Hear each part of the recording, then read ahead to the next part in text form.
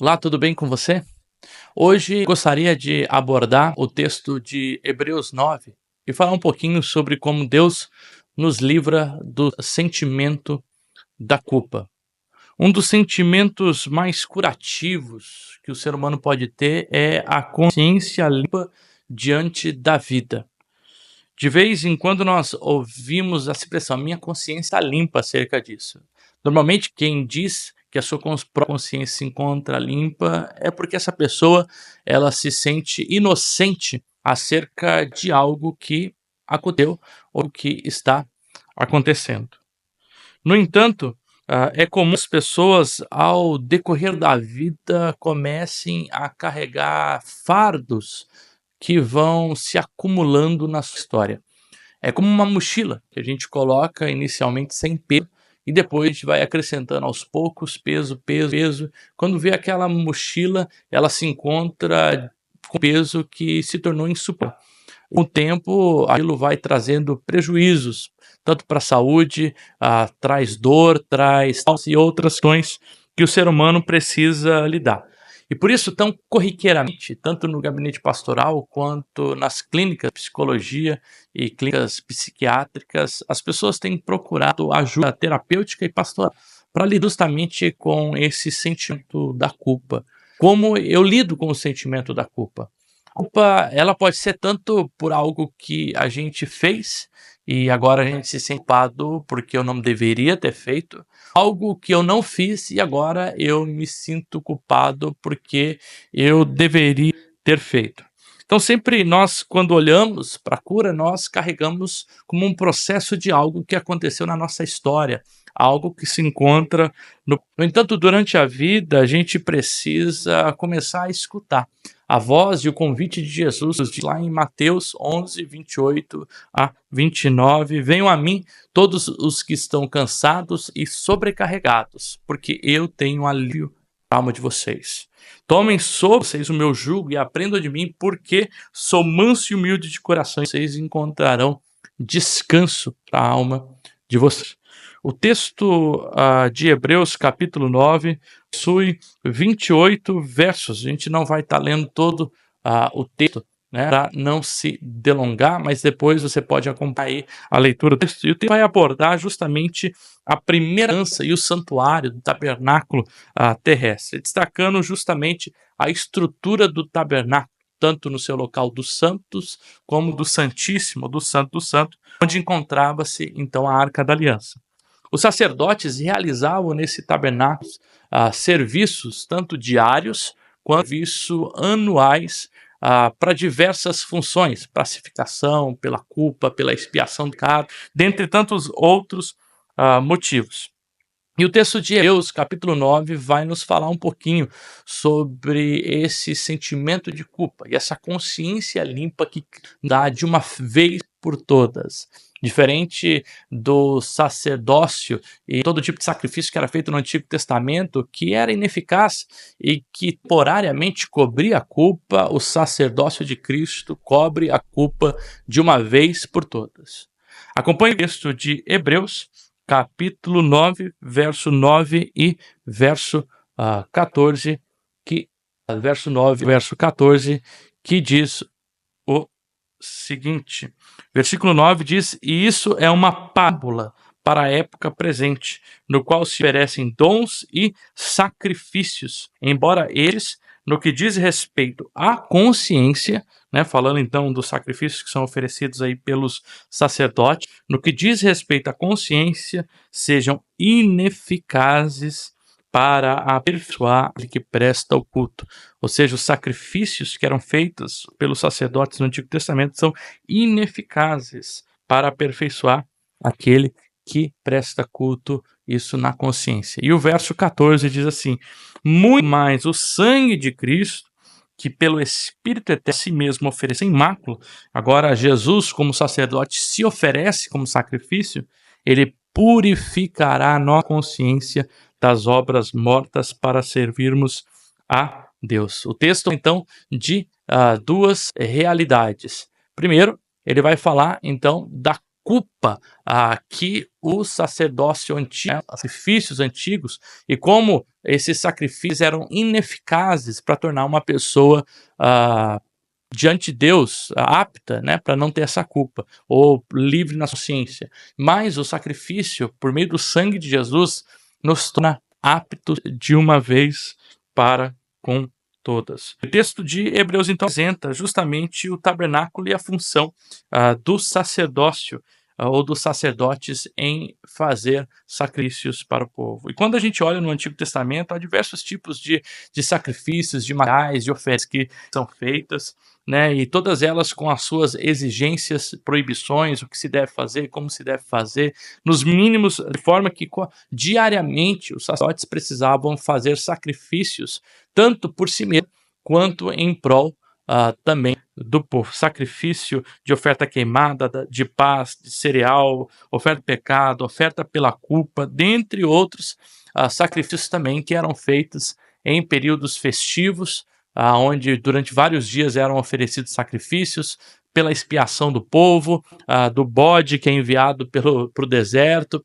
Mas tudo isso, então, agora Cristo, no Novo Testamento, quando ele se torna o nosso sumo sacerdote, ele traz, então, o sacrifício de si mesmo, né, se oferecendo por nós, de uma vez por todas, e o seu sacrifício, diferente do sacrifício do Antigo Testamento, é agora um sacrifício eficaz, uma oferta que, de fato, somente Jesus pode purificar a nossa consciência. Então, a primeira pergunta que, de repente, a gente pode fazer é: o que é a culpa?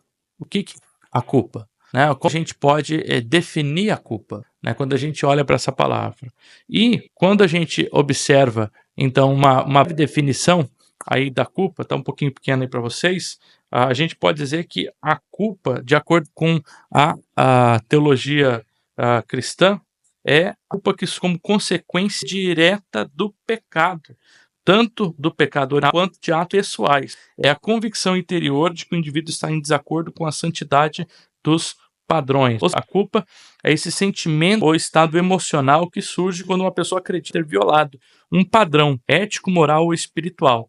No caso nosso, né, então, a gente entende que um padrão estabelecido por Deus, o pecado faz o rompimento disso e a gente se torna culpados de Deus. E aí somente o sacrifício de Jesus pode nos tornar, de fato, livres dessa culpa. E aqui a gente pode pensar a culpa a partir de duas categorias. A culpa como uma objetiva, que é aquela que é imputada, assim como num tribunal, né, alguém é declarado culpado por um crime que cometeu ou por algo que fez. Então, esse tipo de culpa refere-se justamente a essa condição legal do ser humano perante Deus.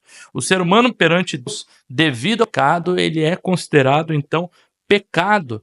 Ele é considerado culpado e deve pagar seu pecado por aquilo que cometeu. No entanto, quando Cristo se oferece a si mesmo, ele tira a culpa de nós, se oferece como culpado e leva sobre si os nossos pecados. Então, num sentido objetivo, né, Cristo já nos libertou da culpa, pecado. Porque quando ele se fez pecado, ele nos liberta da culpa do pecado. Mas no sentido objetivo, a culpa, subjetivo, a culpa se refere a esse sentimento ou percepção de uma condição de culpabilidade diante de algo, seja pela ação ou pela comissão de algo. Alguns exemplos que a gente tem desse sentimento de culpa, ou dessa culpa subjetiva, por exemplo, lá em Gênesis 3, 8 a 10, fala do sentimento de todo ser humano se pecou desde a queda. Ou seja, o ser humano no Éden tinha uma relação livre com Deus, andava sem culpa diante de Deus, né? Andava ali nu, sem roupa, se encontrava diariamente com Deus. No entanto, quando o ser humano peca, a primeira coisa que ele faz é se esconder, porque ele tem vergonha de Deus, ou ele tem vergonha da sua condição diante de Deus, né? Então esse é um sentimento de culpa que o pecado traz desde do Éden, né? Como consequência do pecado. E desde lá, então, o ser humano ele se sente culpado diante de Deus pelas suas ações e pelas suas omissões. Judas, foi chamado de remorso, né, diz as escrituras, que é uma espécie de culpa, né, mas aqui o remorso ele não produz um arrependimento, né, diferente do arrependimento que produz uma mudança de vida. Judas se considera culpado por aquilo que ele fez. Em Salmos 51, 3-5, Davi também se considera, quando ele é confrontado no seu pecado por Samuel, Davi se considera também culpado diante daquilo que ele tramou, né, a morte de Urias para tomar a Betseba. E aí ele escreve esse salmo, né, Deus purificar o coração dele, né, Deus limpar o coração dele de toda a culpa, de tudo aquilo. A consciência culpada, então, ela é vista como uma ferramenta até do próprio Espírito que convence o ser humano do pecado e da justiça e do juízo. É uma chamada de Deus para o arrependimento e para a restauração e para a comunhão a Deus. É por meio da culpa, né, muitas vezes, que o próprio Espírito de Deus trabalha para convencer dos nossos pecados, aquilo que a gente faz contra o próprio Deus. E aí entra, então, a pergunta que a gente pode fazer. Será que a culpa, ela é necessariamente um sentimento negativo? Né? A culpa é um sentimento negativo? O que você acha? A culpa ela é um sentimento negativo? E aí a resposta sempre vai ser, depende. A culpa pode ser uma reação saudável, que incentiva a reflexão e a mudança positiva, ou ela pode ser simplesmente um remorso, que quando mal direcionada vai apenas gerar um sofrimento, vai gerar uma perturbação, uma angústia, sem necessariamente provocar uma mudança de atitude, né? Então a culpa em si ela não é nem um sentimento positivo, nem um sentimento negativo. Ela é um sentimento de uma percepção de algo que eu fiz de errado diante de Deus ou de outras pessoas e que agora ela pode se me chamar a um arrependimento e uma mudança de ação. Então, a grande pergunta é como a gente deve lidar com a culpa, né? Interessante que John MacArthur, ele diz o seguinte: a culpa funciona, deixa eu colocar aí para vocês, a culpa funciona no âmbito espiritual como a dor no âmbito físico. A dor ela nos alerta para um problema que devemos tratar no nosso corpo para que não seja prejudicado. A culpa é essa dor espiritual na alma que nos diz que algo é maligno e precisa ser confrontado e purificado. Então, para o MacArthur, a culpa ela funciona como uma espécie de dor que traz a alerta de algo que não está no seu devido funcionamento no corpo humano. E aí nós temos a pergunta como que então nós devemos lidar com o sentimento da culpa. E a gente pode pensar tanto em estratégias erradas para lidar com o sentimento da culpa, quanto estratégias corretas, estratégias bíblicas, a gente lidar com esse sentimento da culpa. Se eu disse que a culpa aqui ela tem um valor neutro, que vai da forma que eu lido com a culpa, assim, então, eu preciso aprender a lidar com essa culpa interna, né? Não essa culpa objetiva, que eu preciso me conscientizar do fato de que Jesus já nos libertou da culpa objetiva. Nós que éramos culpados diante de Deus, quando aceitamos Jesus, ou Jesus nos aceita, quando a gente alcança a salvação, Cristo também nos liberta dessa culpa objetiva e já não somos mais condenáveis, porque Cristo nos libertou e levou sobre si a nossa condenação. Mas quais são, então, algumas estratégias erradas para lidar com a culpa e que algumas pessoas utilizam dessas estratégias erradas? A primeira estratégia errada é a negação em si da culpa. Somente uma mente, alguém que é consciente da sua culpa e do seu pecado, pode de fato perceber e reconhecer o sacrifício realizado por Cristo Jesus, né? Então, onde no ciência há dificuldade também de compreensão e da necessidade de Cristo, né? E aí muitas pessoas elas não sentem a necessidade de se arrepender, porque elas não conseguem perceber o seu erro, não conseguem perceber o seu pecado, não conseguem perceber o seu estado contrário à vontade de Deus, né? O coração é pecado, o coração é endurecido. Então a negação em si da ação condenável, ela faz que eu não me sinta culpado.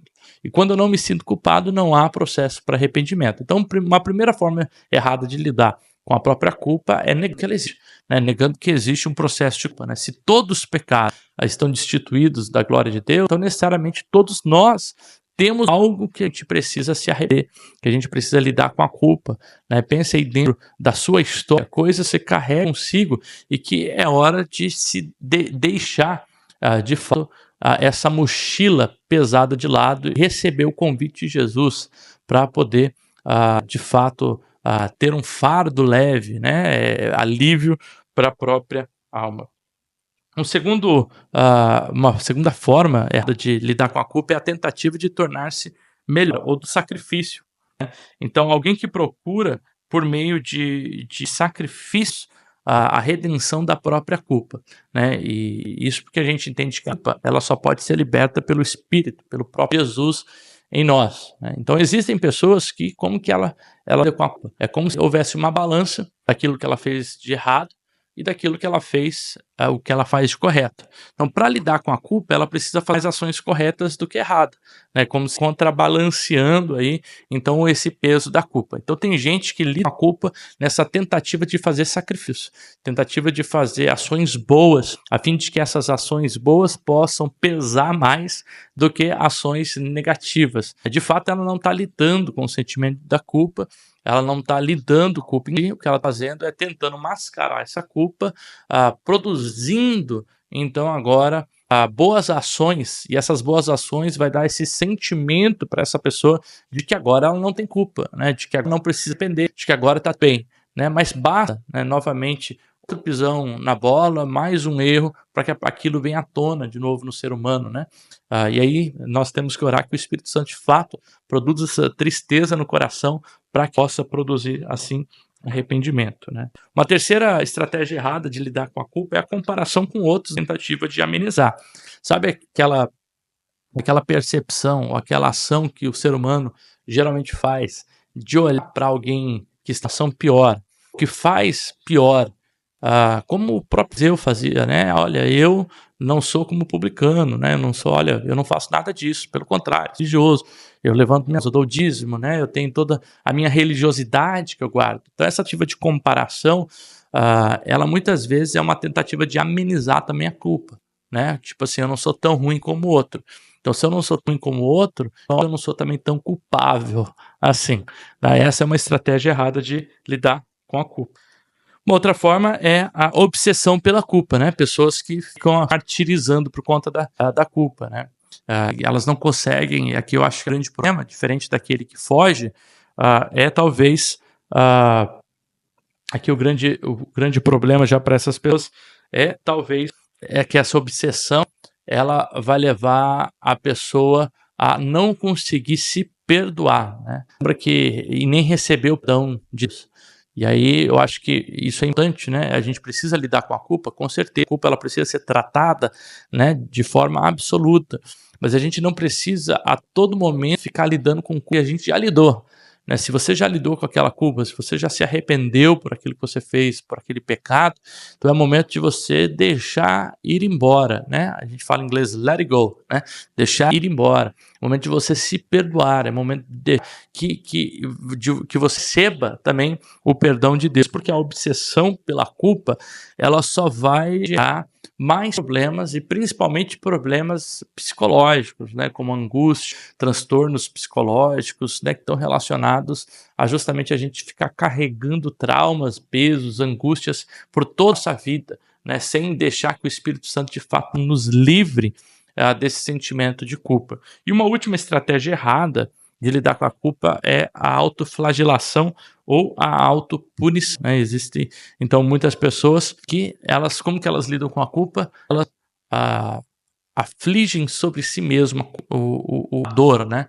Como se a dor que elas estivessem sentindo fosse a livrar do sentimento da culpa. E momentaneamente algumas pessoas até sentem um certo alívio, né? Ou falam, olha, essa dor eu estou merecendo, então existe um processo talvez até que essa pessoa se sinta melhor momentaneamente, mas aquilo só vai produzir de fato coisas negativas e um maior adoecimento psicológico e também até um adoecimento espiritual.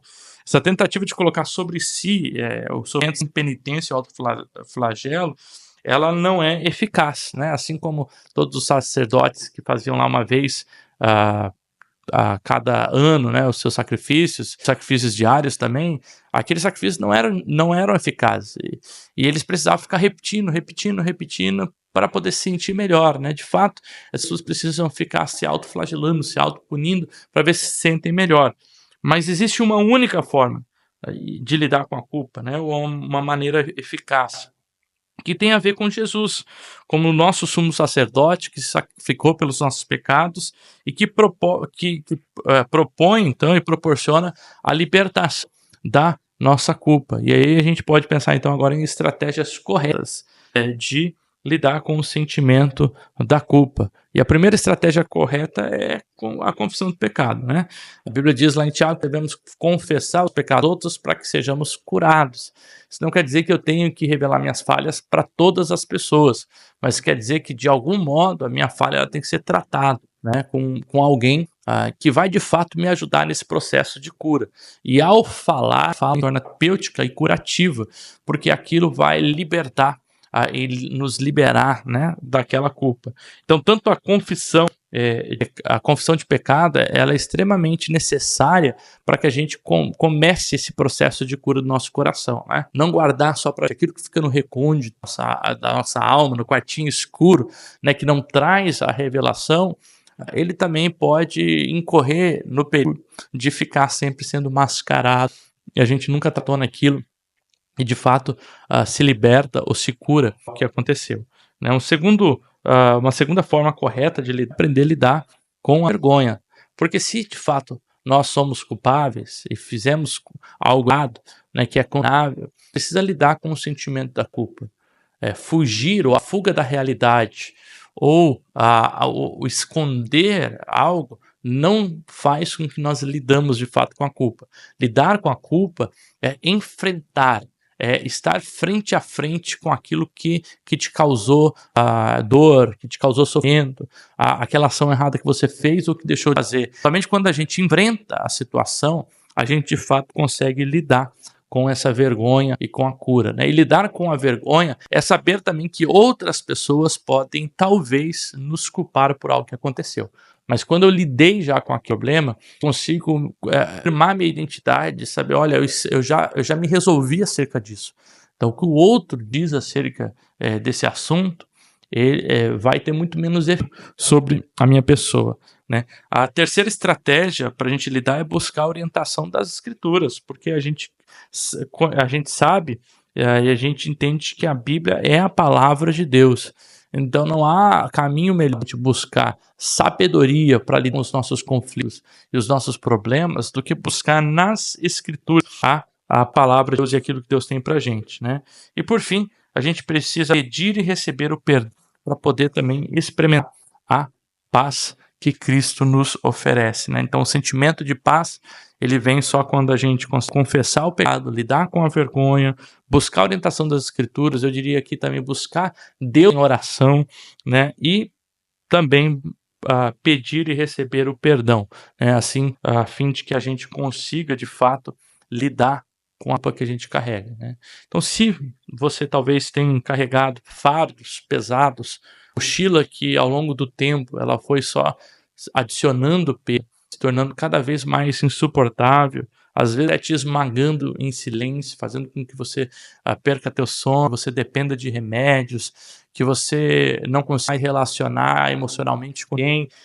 Talvez essa mochila está pesada demais para você, né? E por isso, a Hebreus 9 nos ensina que, por mais que os sacrifícios dos sacerdotes eram ineficazes, o sacrifício de Cristo é para nos libertar da culpa e trazer de uma vez por todas a libertação dessa culpa.